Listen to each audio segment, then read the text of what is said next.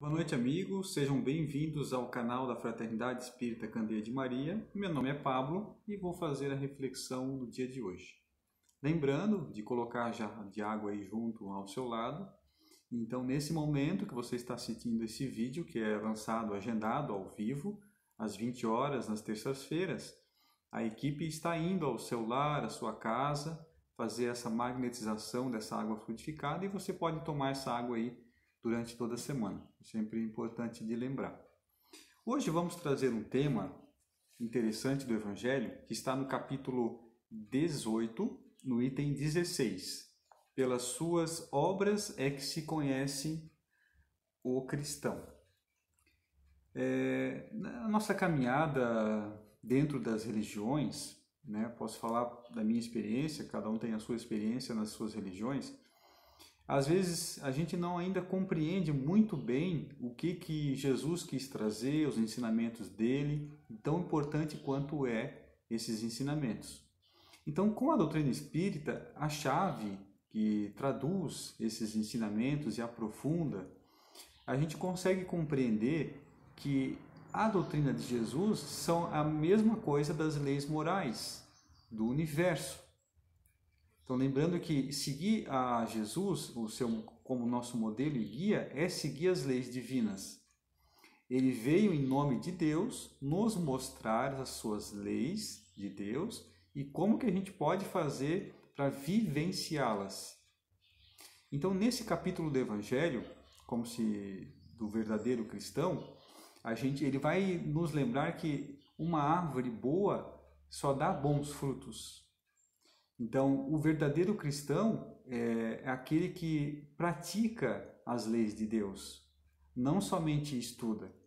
Até tem uma passagem do Evangelho, eu acho que é Mateus, que vai dizer, não só aqueles que dizem Senhor, Senhor, entrarei nos reinos dos céus. No sentido de que não só resolve eu pegar esses textos para mim, interpretar e não fazer nada, também não adianta somente eu pegar esses textos e publicá-los, ou numa palestra, ou na internet, divulgar a doutrina de Jesus e também não praticá-la. Então não adianta só isso, não adianta só a teoria. Na passagem do Cristo Consolador, Advento do Espírito de Verdade, que está mais no começo do Evangelho, ele tem lá, espíritas, primeiro ensinamento, amai-vos, segundo ensinamento, instruir-vos. Então, o amor que é a ação, é a caridade, a caridade é o amor em ação. Primeiro, então, a gente vai saber que nós temos que agir no bem. E aí sim, nós vamos nos instruir, vamos ler os textos, vamos interpretar o texto. Então, no cristianismo, encontram-se todas as verdades. De acordo com o Evangelho, o homem, desde aquela época que o Cristo trouxe, acabou que foi modificando de acordo com o seu entendimento, colocando coisas do ser humano que aí sim é falho. Talvez algumas traduções, algumas vezes a gente quis colocar a nossa ideia personalizada. Isso acontece muitas vezes. E aí nessa troca, interpretação às vezes equivocada, essa reestruturação desses textos, talvez fique realmente difícil de interpretar. Mas lá nos textos originais, que a gente vai encontrar no Novo Testamento, estão as verdades. E a doutrina espírita ela contribui como uma chave onde eu consigo interpretar ainda então melhor essas mensagens. Então o Evangelho segundo o Espiritismo ele tem o Novo Testamento, só que ele tem algumas partes que Allan Kardec na época achou interessante de destacar, e aí ali com comentários dele e também de alguns espíritos importantes para a codificação. Então ali a gente consegue aprofundar e interpretar bastante passagens.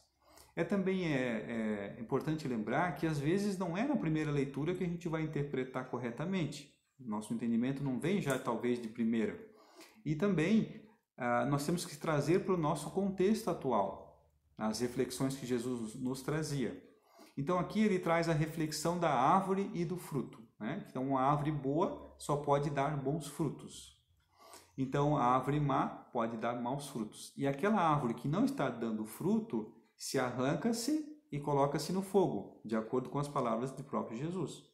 Então quer dizer o seguinte, que nós fomos projetados, programados, a nossa programação de estar aqui na Terra agora é para fazer o bem, é para dar frutos, para fazer, executar o bem, traduzir as leis em movimento ao bem, ao próximo, ajudando sim na cocriação do planeta, dando a nossa parte de contribuição.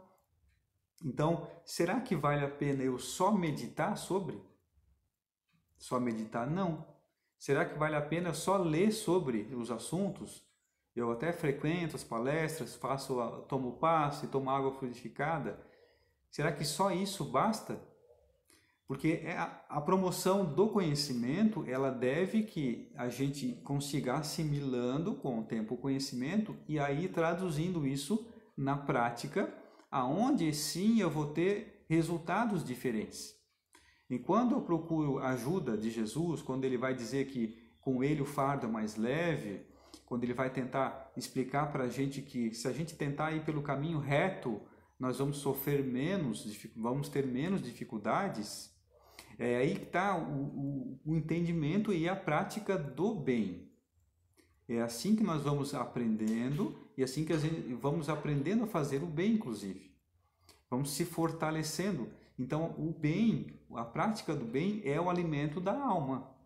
Então, muitos de nós, às vezes, nos sentimos angustiados, tristes, decepcionados, depressivos, sem motivo aparente, ou às vezes o motivo é material, não é uma coisa espiritual. A gente, às vezes, deprime por causa de falta da matéria, ou de falta de um relacionamento, ou de falta de um cargo social, que na verdade são coisas temporárias e passageiras. E aí, então, se eu compreendo as leis divinas, vamos lembrar que somos espíritos imortais, estamos aqui em aprendizado, que realmente, então, essas dificuldades que nós temos hoje são necessárias para a evolução desse espírito imortal, que a cura que nós buscamos é a cura da alma. Por isso que a gente às vezes não compreende muito bem a resolução. Então, o estudo das leis e a prática é o único caminho para a gente chegar lá, como Jesus fala, a Deus. Porque é por ali e que a gente consegue entender melhor quem é Deus, que é Deus, quais são as suas leis e como que eu devo me portar. Então, como que a gente reconhece aqui, de acordo com essa passagem, o verdadeiro cristão? Pelos frutos que ele faz, pelas coisas que ele produz. Então, o que nós estamos deixando aqui no nosso bairro, na nossa casa, no nosso ambiente de trabalho, no nosso ambiente religioso, de prática? O que eu estou fazendo afinal? Que resultado daquilo que eu estou estudando, ou entendendo, ou praticando, eu estou deixando para a sociedade, para a minha família? Porque muitas vezes, natural, a gente primeiro pensa só em fazer coisas para mim. Não, eu vou aprender para mim, eu vou criar para mim, eu vou comprar para mim. Mas a gente não está aqui só para mim. A gente está aqui para todos também. A gente tem um compromisso social. A gente vai encontrar também nas obras a lei de sociedade. Lembrando que é uma lei estar em sociedade e para me viver em sociedade eu tenho que também colaborar com essa sociedade. Eu tenho que fazer parte dela atuando, né? Conseguindo contribuir com a sociedade para que a gente tenha um futuro, uma população melhor. Então isso, de acordo com esse item 16, ele é um processo interno. Ele é uma modificação interna, onde a gente consegue então mudar o nosso caráter, mudar os nossos valores, e dando valor, dando importância, destinando o nosso tempo, o nosso esforço para as coisas que realmente importam, para as coisas que realmente vão dar resultado lá na frente para nós e para a sociedade.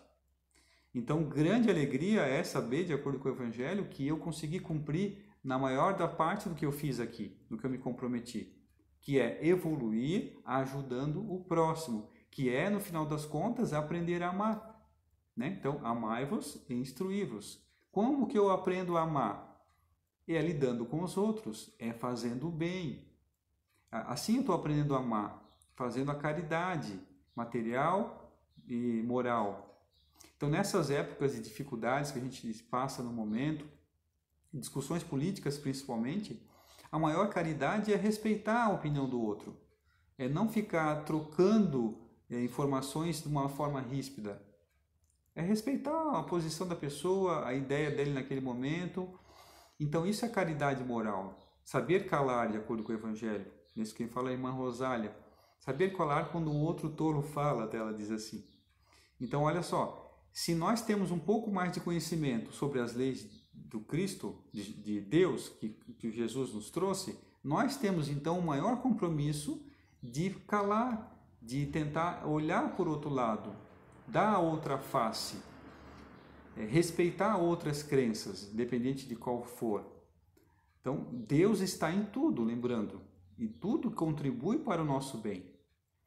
Então, é bem importante nós lembrarmos que a gente não muda ninguém, inclusive. A gente não vai convencer outra pessoa a sair de um vício, a deixar de ser fanática por uma coisa, a mudar um hábito. Não vamos.